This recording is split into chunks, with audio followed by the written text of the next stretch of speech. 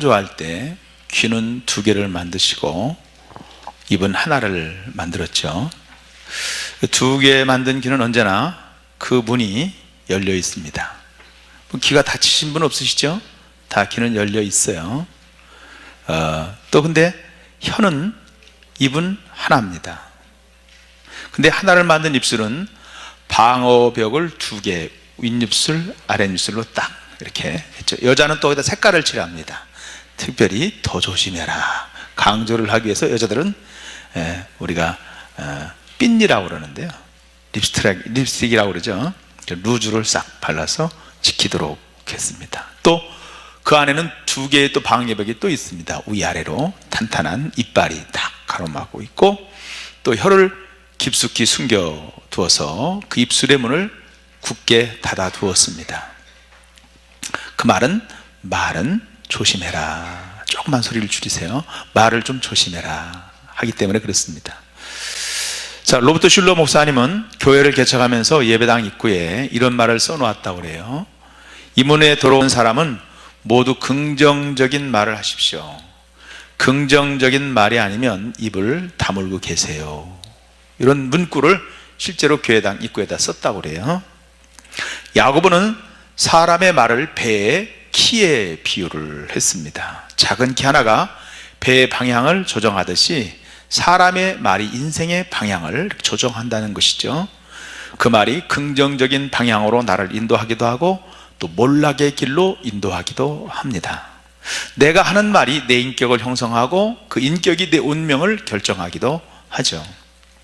하나님께서 인간을 창조하시고 인간의 그 땅의 어떤 피조물에게 주어지지 않은 권세를 주었는데 그 말하는 특권을 사람에게만 주었습니다.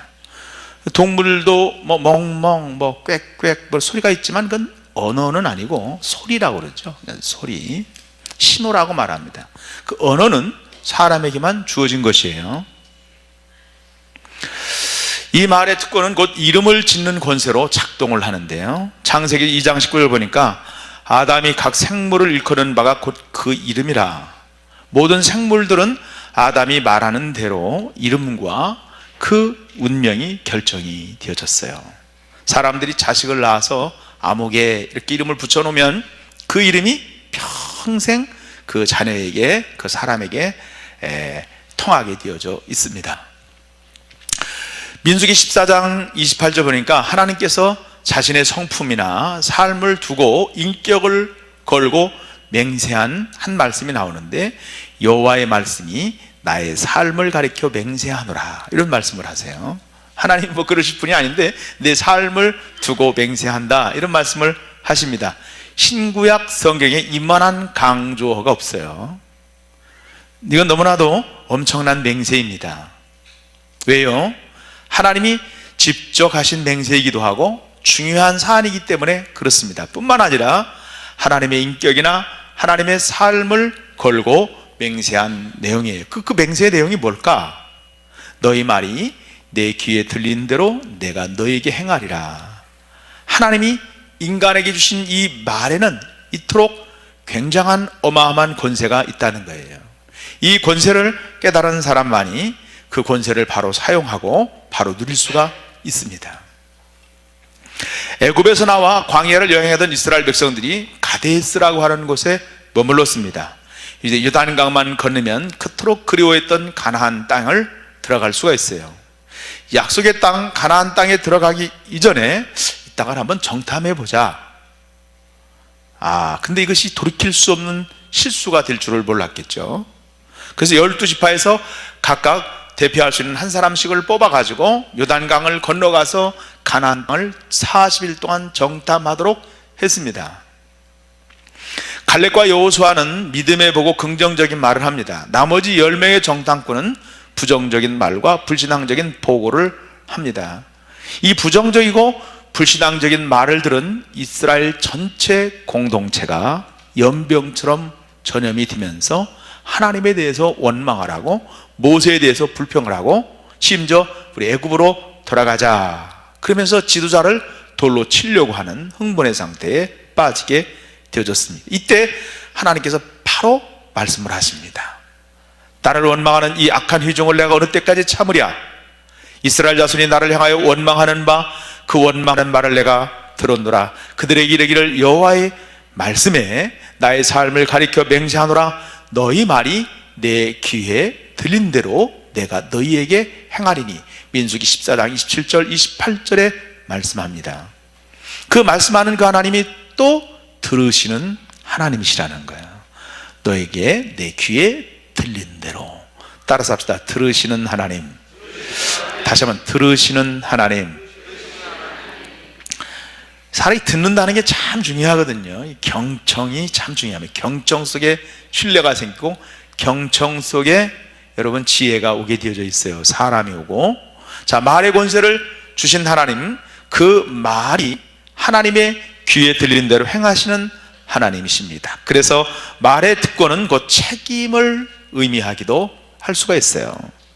하나님은 우리의 입의 말에 따라 보상을 하시기도 하시고 축복도 하시지만 반대로 그 말이 불신앙적이고 부정적일 때는 책임을 물으시고 심판도 하신다는 것입니다. 옛날 어느 상인이 시장 바닥에서 세상에서 성공하는 지혜, 사람을 얻고 주의를 얻고 돈을 버는 지혜가 있다, 출세하는 지혜를 판다 하는 광고를 내고 사람을 모았습니다. 그 지혜가 무슨 지혜인가 하고 관심이 있어서 사람들이 사기 위해서 몰렸는데 사람들로부터 선불을 다 받았어요. 그리고 말 한마디 남기고 유유히 도망갔대요. 도망갔다고 봐야 되겠지. 그 말이 뭐냐면 말 조심해 그러고 갔다는 거예요. 주자가 남긴 교훈 가운데 이런 말이 있습니다. 남을 험담하는 사람은 경망한 사람이요, 이와 더불어 맞장구 치는 사람은 비겁한 자요, 이를 듣고 전하는 사람은 간사한 사람이다. 야고보 3장 6절에 혀는 곧 불이라 이불이 생에 바퀴를 불사르게 된다, 이렇게 말했습니다. 잘못된 말이 도화선이 되어서 나를 불사르고 너를 불사르고 가정과 공동체를 소멸시킨다는 얘기겠죠. 동서고금을 막론하고 사람들의 말에는 주술적인 힘이 있다고 사람들은 그렇습니다. 선한 말을 하면 내 마음이 선해집니다. 악한 말을 하면 내 마음이 악해집니다. 내가 험악한 말을 하면 내 마음에 분노가 일어납니다. 더러운 말을 하면 내 마음이 더러워지죠. 여러분, 선진국 복지국가는 국민의 GNP가 높아져서 되는 게 아니에요. 그럴 것 같으면 아랍에 10만 불이 넘는데 그 나라를 선진국이라고 말하지는 결코 하지 않습니다. 국민의 언어 수준으로 결정되는 것이죠.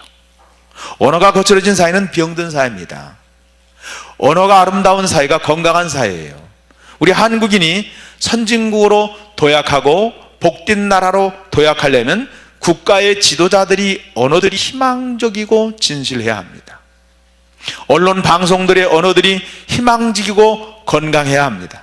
때문에 우리 신앙인은 어떤 경우에도 그 말이 신앙적이어야 되죠.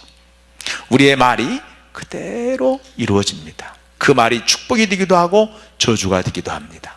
생명을 죽이기도 하고 생명을 살리기도 합니다. 그 말이 기도가 되고 성취가 되기도 합니다. 신앙인에게는 언제나 신앙인의 말이 있고 그리스도인에게는 그리스도인다운 말이 있죠. 오늘 신약 본문에 무화과나무 저주 사건은 우리가 잘 아는 말씀인데 여기에 주목해야 할 몇 가지 귀절들이 있어요. 첫 번째는 14절에 예수께서 나무에게 일러 가라사대 이렇게 말합니다. 아니, 예수님이 귀가 없는 그 나무에게 말씀하시고 바람과 태풍에게도 말씀하시거든요. 말이라는 건 통해야 말을 하는데 통하지 않는 그 나무에게 말하고 태풍에게 말하고 바람에게 심지어는 말씀을 하세요. 자, 말은 자체가 권세가 있다는 것을 우리에게 이야기해 주고 있는 것입니다. 두 번째는 13절에 무화과 잎사귀 위에 아무것도 없더라. 이는 무화과의 때가 아님이라. 자, 무화과의 때가 아닌데 열매가 없다고 이 나무를 저주해요. 아니, 열매의 때가 아닌데 열매가 없는 게 무화과의 책임은 아니잖아요. 무화과의 잘못 아닙니다. 근데 왜 저주를 했을까? 그것은 뜻이 있죠. 그냥 한 게 아니고 뜻이 있었어요.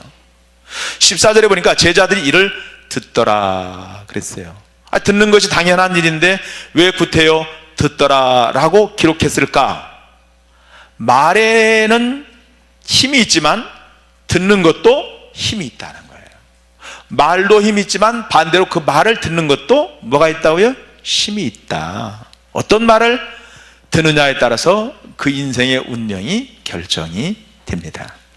자, 오후에 돌아왔을 때 무화과 나무가 뿌리부터 말라 있었어요. 베드로가 아침에 예수님이 무화과 나무가 저주하신 말씀이 생각이 나서 라비어 보소서, 저주하신 무화과 나무가 말랐나이다. 자, 이때 우리가 기대할 수 있는 이 대답이 뭐예요? 열매 없는 나무는 저주를 받듯이 인생에 열매가 없을 때 그 인생은 저주가 될 거야. 이게 기승전결로 맞는 내용일 터인데, 그러나 오늘 본문의 결론은 그것이 아니고 이렇게 말씀을 하세요. 23절의 말씀을 다 같이 한번 읽어볼까요? 23절, 11장 23절 시작. 내가 진실로 너에게 이르노니 누구든지 산더러 들려 바다에 던지우라 하며 그 말하는 것이 이룰 줄을 믿고 마음에 의심하지 아니하면 그대로 되리라. 그 말하는 것이 이룰 줄 알고 마음에 의심하지 아니하면 그대로 되리라. 이게 오늘 무화과 나무 저주 사건의 교훈입니다. 그 말하는 것이 이룰 줄을 믿고 마음에 의심하지 않으면 그대로 된다. 내가 무화과 나무 저주하니 무화과 나무가 저주를 받지 않니?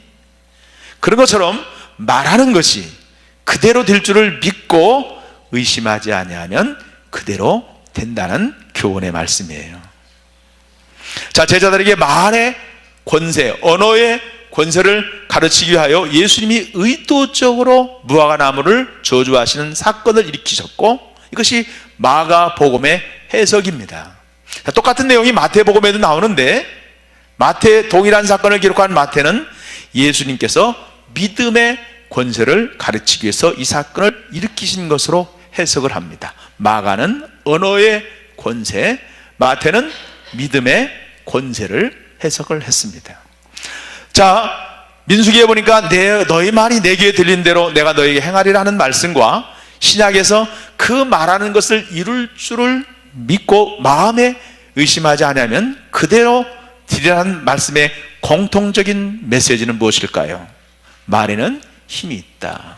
말에는 권세가 있다. 특별히 하나님의 자녀에게는 말의 힘과 말의 권세가 있다고 하는 것을 가르쳐 주고 있습니다. 요한복음 1장 12절에 영접하는 자 곧 그 이름을 믿는 자에게는 하나님의 자녀가 되는 권세를 주셨으니, 근데 많은 사람들이 하나님이 주신 이 권세를 몰라서 실패하는 삶을 살고 있습니다. 여러분, 대통령이 당선되고 취임하는 그 순간부터 권세가 딱 옵니다. 이처럼 여러분이 예수 믿은 지 1초 후부터 하나님의 자녀가 되는 권세, 그리고 말의 권세를 우리가 사용할 수가 있습니다. 기도를 많이 한 후에 아니라 믿는 자는 누구나 어떤 사람이든지 그 순간에 권세가 옵니다. 교회의 덕을 쌓고 충성하고 쌓인 다음이 아니라 바로 예수를 믿는 그 순간에 하나님의 자녀가 되는 권세가 여러분에게 옵니다. 물론 이 권세가 있다는 말이 곧 능력이 있다는 말은 아닙니다. 대통령이 취임하는 순간부터 권세가 주어지지만은 그 권세를 사용하는 능력은 대통령마다 권세가 좀 다르죠. 능력이 다르죠. 여러분이 운전 라이센스를 땄다고 해서 운전하는 능력은 사람마다 다르죠. 그래서 당신의 말이 기적을 만든다 책을 쓴 박필 목사님, 우리 교회도 한번 오셨었는데요, 권세를 알고 기도하는 사람과 권세를 모르고 기도하는 사람의 차이는 태양과 촛불 정도만큼 차이가 있다 그랬어요. 때문에 하나님은 그 자녀들이 애원하고 징징거리며 그렇게 기도에 머물게 있기를 원치 아니하시고 권세 있는 말을 하기를 기뻐하십니다. 제자들과 예수님이 갈릴리 바다를 건넜습니다. 무서운 광풍이 막 일어나면서 제자들이 예수님을 깨웁니다. 주여 구원하소서, 우리가 죽겠나이다. 이때 예수님께서 그 문제를 나에게 가지고 와서 참 너희들 잘했다. 앞으로 어려운 일이 있을 때마다 나를 깨우며 기도해라. 이렇게 칭찬하지 않고 오히려 책망을 하시죠. 어찌하여 두려워하느냐. 믿음이 적은 자들아. 누가복음에는 더 혹독하게 말합니다. 너의 믿음이 어디 있느냐. 필로신학교 찰스 크래프트 교수가 쓴 책 가운데 신자가 소유한 놀라운 권세, 신자가 소유한 놀라운 권세라는 책이 있는데, 하나님은 천지를 창조하시고 인간에게 땅을 다스리고 장복하는 권세를 주었습니다. 그런데 인간이 하나님께 불순종하고 마귀에게 순종함으로 그 권세를 상실하고 나아가서 그 권세에게 하나님이 주신 모든 권세를 마귀에게 빼앗겨 버립니다. 예수님이 마귀에게 시험을 당할 때 마귀가 예수님께 나와서 내게 절하라, 내가 권세를 너에게 주마. 이 권세는 내게 넘겨준 것이기 때문에 내가 원하는 자에게 주노라 라고 말합니다. 이 권세를 내가 넘겨받았다고 말합니다. 예수님 바로 인간이 잃어버린 이 권세를 빼앗아서 우리에게 되돌려 주십니다. 십자가 위에서 마귀의 머리와 마귀의 권세를 부수시고 마귀가 가져간 권세를 되찾아오셨습니다. 부활하신 예수님께서 제자들에게 하늘과 땅의 모든 권세를 너에게 준다고 그랬어요.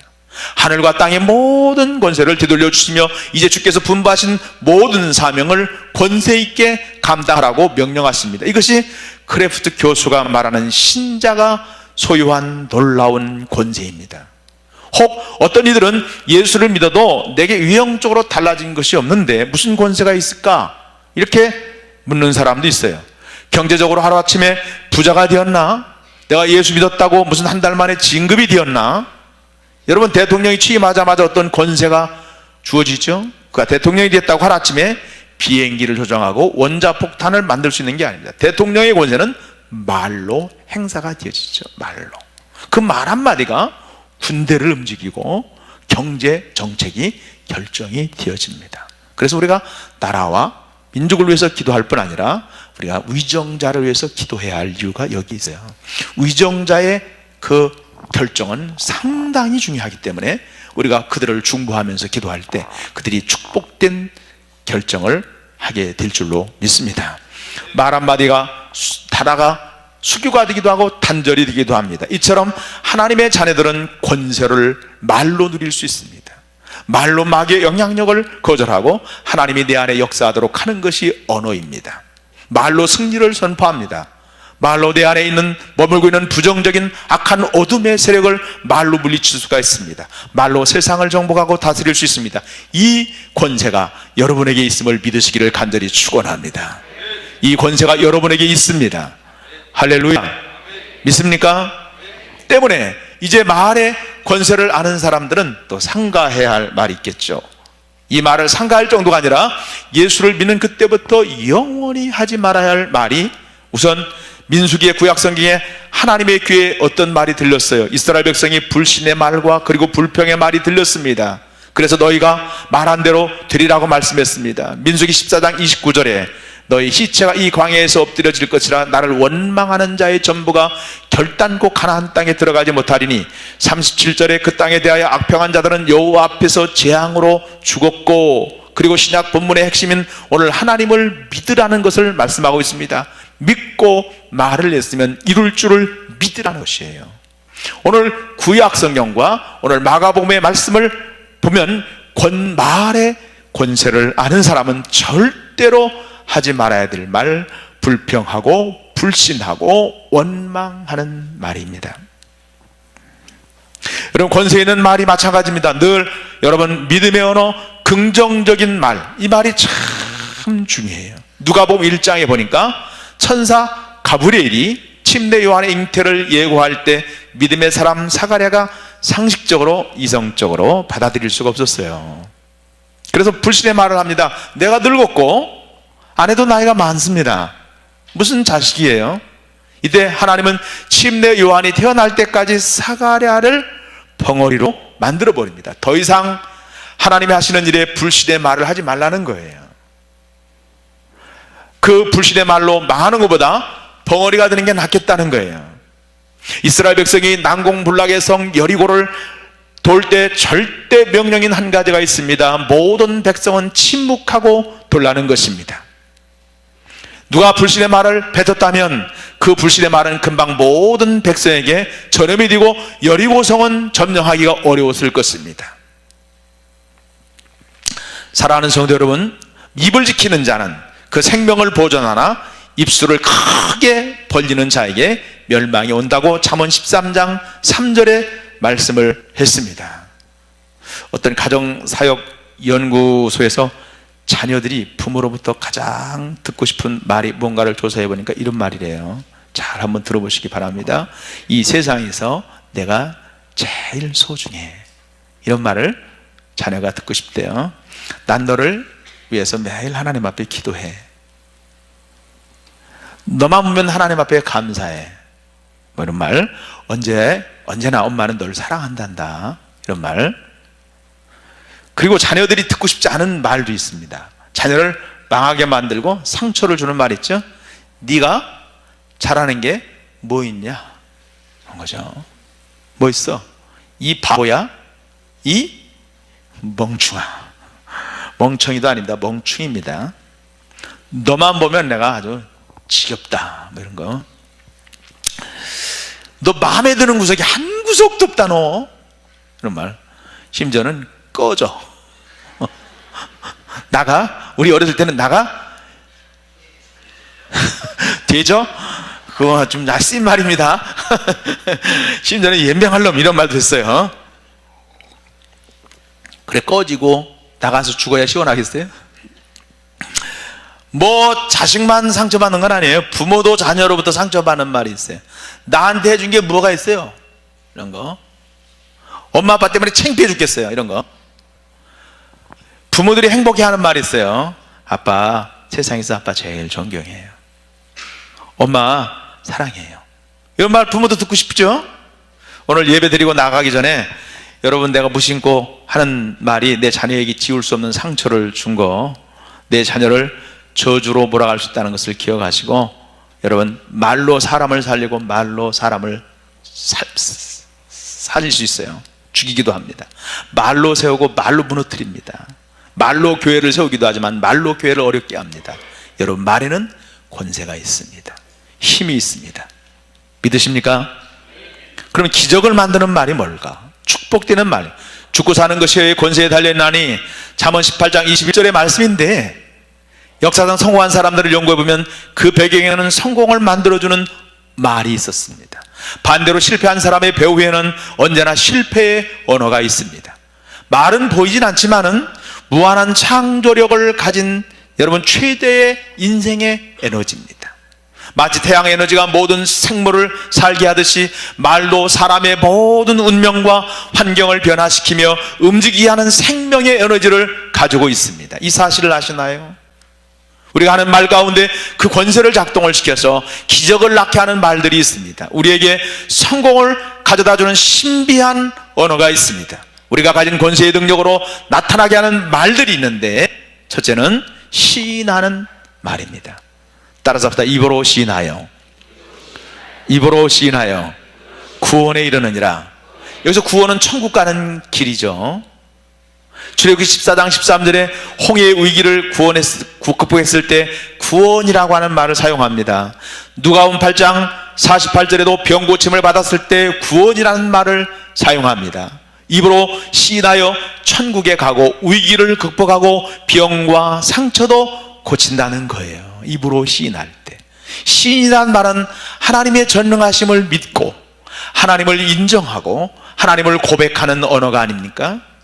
하나님의 구원하는 능력을 믿고 인정하는 것이에요. 여러분 다른 사람을 시인할 때 그건 그 사람을 인정해 주잖아요. 격려하고 칭찬하는 겁니다.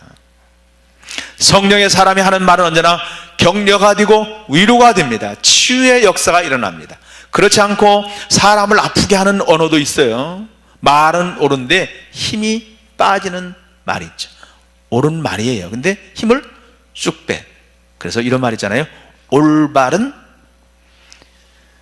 개소리라. 그런 말이 있어요.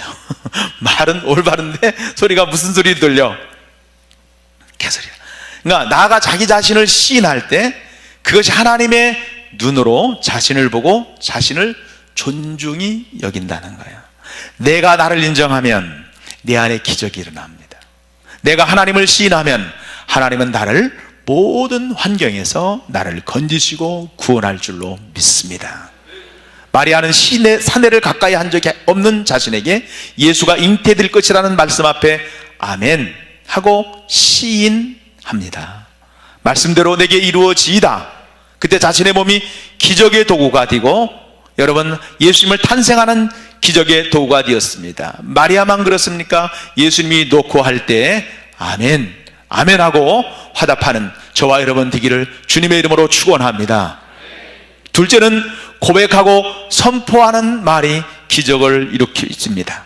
다윗은 여호와는 나의 목자시니 내게 부족함이 없으리로다 고백했습니다. 내 입의 말로 내가 얽히고 내 입의 말로 인하여 잡히게 되었느니라. 잠언 6장 2절의 말씀처럼 기적의 언어를 선포하면 기적을 봅니다. 말은 우리의 환경이나 우리의 운명이나 우리의 자신을 변화시킵니다. 기적의 주인공이 되고 싶어 하시나요? 여러분, 기적의 말을 선포하십시오. 저는 시인 중에 이예인 수녀인데요, 그 시인을 참 좋아하고 제가 그 시를 한참 좋아해서 몇 권의 시집도 사서 읽기도 했는데요, 그 이예인 시인의 그 시 가운데 나를 키우는 말이 있어요. 나를 키우는 말. 행복하다고 말하는 동안은 나도 정말 행복해서 마음에 맑은 샘이 흐르고, 고맙다고 말하는 동안은 고마운 마음이 새로이 솟아올라 내 마음도 더욱 순해지고, 아름답다고 말하는 동안은 나도 잠시 아름다운 사람이 되어 마음 한 자락이 환해지고, 좋은 말이 나를 키우는 걸 나는 말하면서 다시 알지. 이런 시가 있어요. 여러분, 이제 선포하십시오. 나는 적극적인 사람이며, 나는 믿음의 사람이며, 나는 승리의 사람이며, 나는 기적의 주인공이며, 그때 여러분 하나님의 기적이 여러분의 언어 가운데 일어날 줄로 믿습니다. 세 번째는 명령하는 말입니다. 여러분, 권세 있는 자는 부탁하지 않고 구걸하지 않습니다. 명령을 합니다. 예수님은 사탄에게 명령을 냈습니다. 사탄아 물러가라. 바람과 풍랑을 꾸짖고 명령을 했습니다. 잠잠하고 고요하라. 베드로는 안진뱅에게 예수의 이름으로 명령을 냈습니다. 나사렛 예수 그리스도의 이름으로 일어나 걸으라. 그렇습니다. 여러분이 질병을 꾸짖고 명령할 때 우리의 몸은 예수 이름 앞에 순복한다고 그래요. 지난번에 내가 얘기했죠. 머리 아프니까 아유 머리 그냥 뽀개고 싶다는 사람들, 그럼 진짜 뽀개집니다. 아유 너 신경 쓰느라고 얼마나 힘들어, 머리야 힘을 내라. 그때 머리가 치유로 돌아가는 거예요. 배가 막 속쓰리니까 막 아우 막 뜯어내고 싶다는 사람도 있어요. 진짜 뜯어집니다. 아유 얼마나 힘드니 격려하고 이렇게 해야 위가 릴렉스가 되고 힘이 난다는 거예요. 마음의 상처나 비정적인 상태를 꾸짖고 명령하고 치유의 기적이라. 힘내라. 사탄을 대적할 때 귀신이 물러갑니다. 위기 상황을 명령할 때 기적이 일어납니다. 명령해도 그대로 있나요? 그렇지 않아요. 여러분, 싹은 눈에 보이지 않지만 땅속에서 자랍니다. 믿음의 언어는, 명령의 언어는 시인하고 고백하고 명령할 때 그 싹이 속에서 자라나고 있습니다. 기적이 음이트고 자라게 될 줄로 믿습니다. 여러분의 명령한 그 말은 반드시 열매로 돌아옵니다. 그 원종수 권사님이 있죠. 지금 장로님도 있다는데 그 원종수를 만든 히데오 속장님의 말을 여러분 기억하는지 모르겠어요. 히데오, 일본 분은 아니고 이분이 방언 기도를 할 때 히데오 요시다 마시다 히데오 요시다 마시다 이런데요, 방언이. 그래가지고 별명이 히데오 속장님이래요. 히데오 속장님. 이분은 가난한 환경에서 꿈도 없이 자라온 원종수를, 소년을 바라볼 때마다 항상 품에 안고 너 특별한 존재야. 하나님이 너 특별히 사랑해. 종수야, 하나님이 특별히 너를 사랑한대. 이렇게 종수는 그 말을 수없이 들었어요. 자신이 나는 하나님의 특별한 존재요, 특별한 존재일 것이라는 사실이 받아들여지기 시작하고 그 마음에 새겨지기를 시작했습니다. 그리고 특별한 존재로 늘 인정하고 특별한 존재로 살았습니다. 나는 특별한 존재다. 하나님이 나를 특별히 사랑한다. 그렇게 인정하시고 고백하시고 선포하시기를 주님의 이름으로 축원합니다.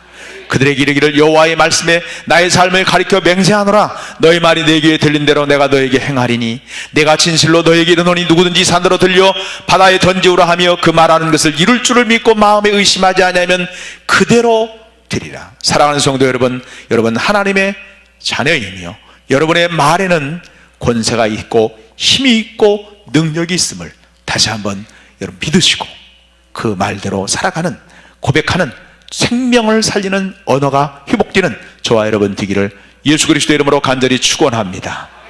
할렐루야.